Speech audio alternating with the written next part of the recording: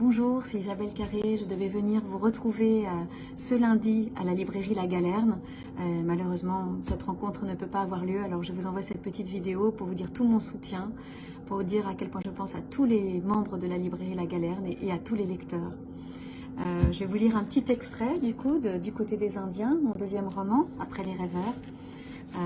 C'est un extrait qui parle de Ziad, un garçon de 10 ans qui attend son papa comme tous les soirs, et ce père continue son ascension dans les étages et découvre qu'il va retrouver la voisine du 5e, la belle Muriel.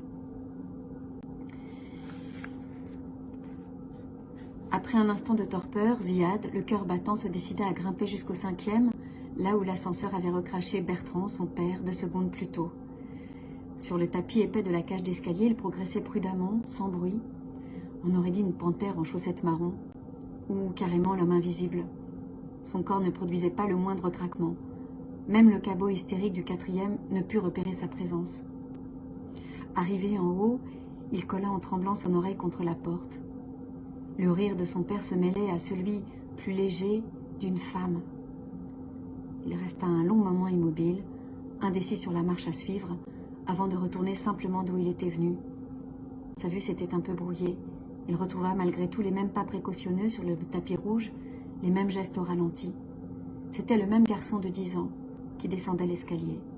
Et pourtant, il ne pouvait se défaire d'une curieuse sensation affolante, celle d'en avoir une centaine de plus.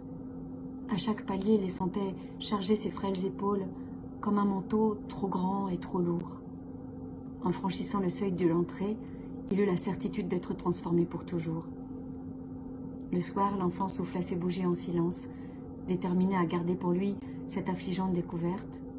Mais une fois couché, et certain que plus personne ne viendrait le déranger, il se laissa aller, s'autorisant enfin à pleurer, avant de s'endormir, épuisé. Alors j'ai mis 2 phrases en exergue au début du livre. La première est de Stephen King. L'imagination est un vêtement trop grand que les enfants mettent du temps à remplir, parce que ce livre parle aussi beaucoup d'imagination et pas seulement celle des enfants. Et puis, il y a aussi une autre phrase qui m'a beaucoup touchée, de John Irvine. Notre enfance est toujours volée. Le monde adulte peut endommager le monde de l'enfance à tout moment, pas seulement le corrompre, mais encore nous arracher à lui. Ce début de roman, c'est un peu un roman d'apprentissage, c'est aussi un hommage à un livre que j'adore et un auteur que j'adore, Romain Gary, La vie devant soi. Et puis après, c'est comment les adultes, il y a 4 personnages, en fait, il est construit un peu en 4 parties. La première partie, tout commence par l'enfance, donc tout commence par Ziad. Après, il y a Muriel, la voisine du 5e, et après Bertrand, le père, et Anne.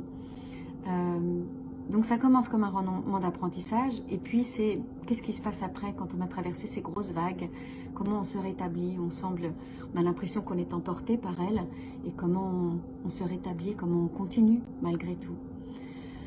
Voilà, alors je vous laisse découvrir ce livre, et bien d'autres évidemment. Lisez, c'est le plus important, continuez à lire, et vive la librairie La Galerne, et je vous embrasse, et prenez soin de vous. Et à bientôt, j'espère. Je remets à plus tard cette rencontre, mais elle aura lieu.